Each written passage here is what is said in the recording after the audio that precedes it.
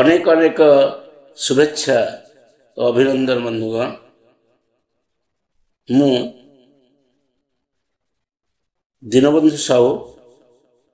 ଚଲନ୍ତୁ ଗୋଟେ କବିତା ଶୁଣିବା। କବିତାର ଶୀର୍ଷକ ହେଉଛି ମୁଁ ହସେ ଅନ୍ଧାରରେ। କବିତାଟି ପ୍ରକାଶିତ ହୋଇଥିଲା ବନଫୁଲର ଶାରଦୀୟ ସଂଖ୍ୟା 2024 ମସିହାରେ। ମୁଁ ହସେ ଅନ୍ଧାରରେ କବିତାରେ ଶିଶୁର ମନସ୍ତାତ୍ତ୍ୱିକ ବିଶ୍ଳେଷଣ, ତାର ଆଶା ସ୍ୱପ୍ନ ତା ବାପା ଆଖିରେ କେମିତି ପ୍ରକଟିତ, କେମିତି ଅନ୍ଧାରରେ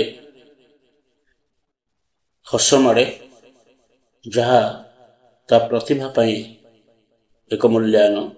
ତେବେ ଆସନ୍ତୁ ଶୁଣିବା କବିତା ମୁଁ ହସେ ଅନ୍ଧାରରେ, କବି ଦୀନବନ୍ଧୁ ସାହୁ। ପାଠ ଛାଡ଼ି ଆଜିକାଲି ପୁଅ ବେଶୀ ଚିତ୍ରରେ ଦେଉଛି ଧ୍ୟାନ।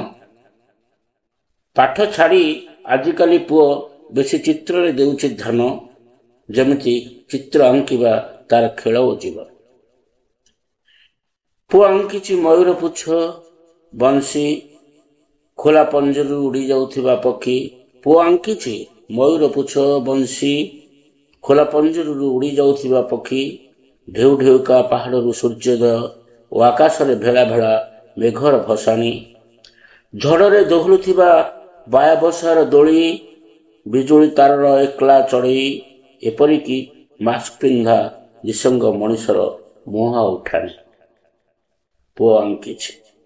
ପୁଅ ଆଙ୍କିଛି ମୟୂର ପୁଚ୍ଛ, ବଂଶୀ। ଛବି ସବୁ ଗୋଟି ଗୋଟି ହେଇ କାନ୍ଥରେ ଟଙ୍ଗା ସରିଛି ଏବଂ ଖୁବ୍ ଉତ୍ସୁକତାର ସହ ମୋ ପ୍ରତିକ୍ରିୟାକୁ ଅପେକ୍ଷା କରିଛି। ମୁଁ ଥରେ ପୁଅର ମୁହଁକୁ, ଆଉ ଥରେ ତା ଛବିକୁ ଚାହିଁ ଟିକେ ହସିଦେଲି।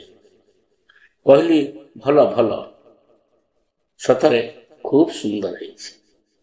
ମୁଁ ଟିକେ ପୁଅର ମୁହଁକୁ ଆଉ ତାର ଛବିକୁ ଚାହିଁ ଟିକେ ହସିଦେଲି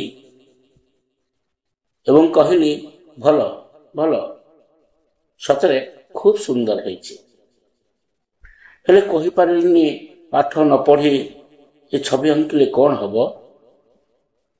ପୁଅ ଆଖିରେ ଚିତ୍ର ସବୁ ଦିଶୁଥିଲେ ଆହୁରି ଜୀବନ୍ତ। ହେଲେ କହିପାରିଲିନି, ପାଠ ନ ପଢ଼ି ଏ ଛବି ଆଙ୍କିଲେ କ'ଣ ହବ? ପୁଅ ଆଖିରେ ଛବି ସବୁ ଦିଶୁଥିଲେ ଆହୁରି ଜୀବନ୍ତ। ସବୁ ବାପାଙ୍କ ଭଳି ମୁଁ ବି ଜଣେ ବାପା, ଯିଏ ପିଲାଙ୍କ ଭବିଷ୍ୟତ ନେଇ ଏତେ ଭୟଭୀତ ଉଦ୍ବିଗ୍ନ କାହିଁକି? ସବୁ ବାପାଙ୍କ ଭଳି ମୁଁ ବି ଏକ ବାପା, ଯିଏ ପିଲାଙ୍କ ଭବିଷ୍ୟତ ନେଇ ଏତେ ଭୟଭୀତ ଉଦ୍ବିଗ୍ନ କାହିଁକି?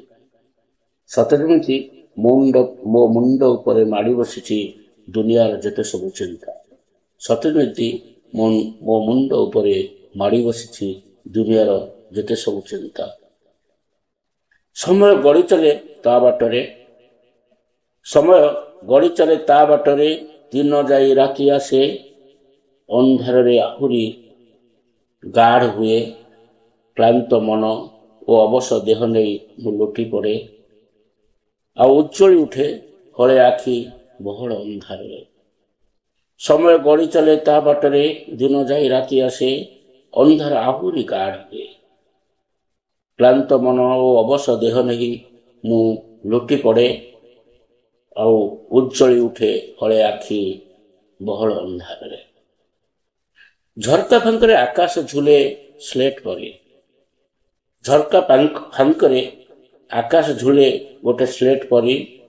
ପୁଅର ଚିତ୍ର ସବୁ ଚିକ୍ମିକ୍ ତାରା ଯେମିତି, ପୁଣି ଶବ୍ଦ ହେଇ ଉଡ଼ିଯାନ୍ତି ଟେଣା ବୋଲି। ପୁଅର ଚିତ୍ର ସବୁ ଚିକ୍ମିକ୍ ତାରା ଯେମିତି, ପୁଣି ଶବ୍ଦ ହେଇ ଉଡ଼ିଯାନ୍ତି ଡେଣା ବୋଲି। ମତେ ହସ ମାଡ଼େ ଆଉ ମୁଁ ହସେ ଅନ୍ଧାରରେ।